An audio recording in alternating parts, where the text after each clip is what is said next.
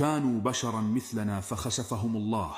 إن من أكثر قصص القرآن رعبا قصة أصحاب السبت. قال تعالى: واسألهم عن القرية التي كانت حاضرة البحر إذ يعدون في السبت.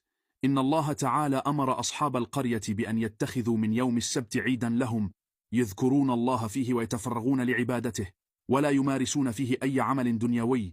وكان أهل القرية يعملون في صيد السمك، وبذلك كان الصيد محرما عليهم يوم السبت، وليبتلي الله عباده ويختبر إيمانهم.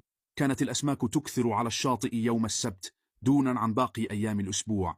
قال تعالى: إذ تأتيهم حيتانهم يوم سبتهم شرعا ويوم لا يسبتون لا تأتيهم كذلك نبلوهم بما كانوا يفسقون.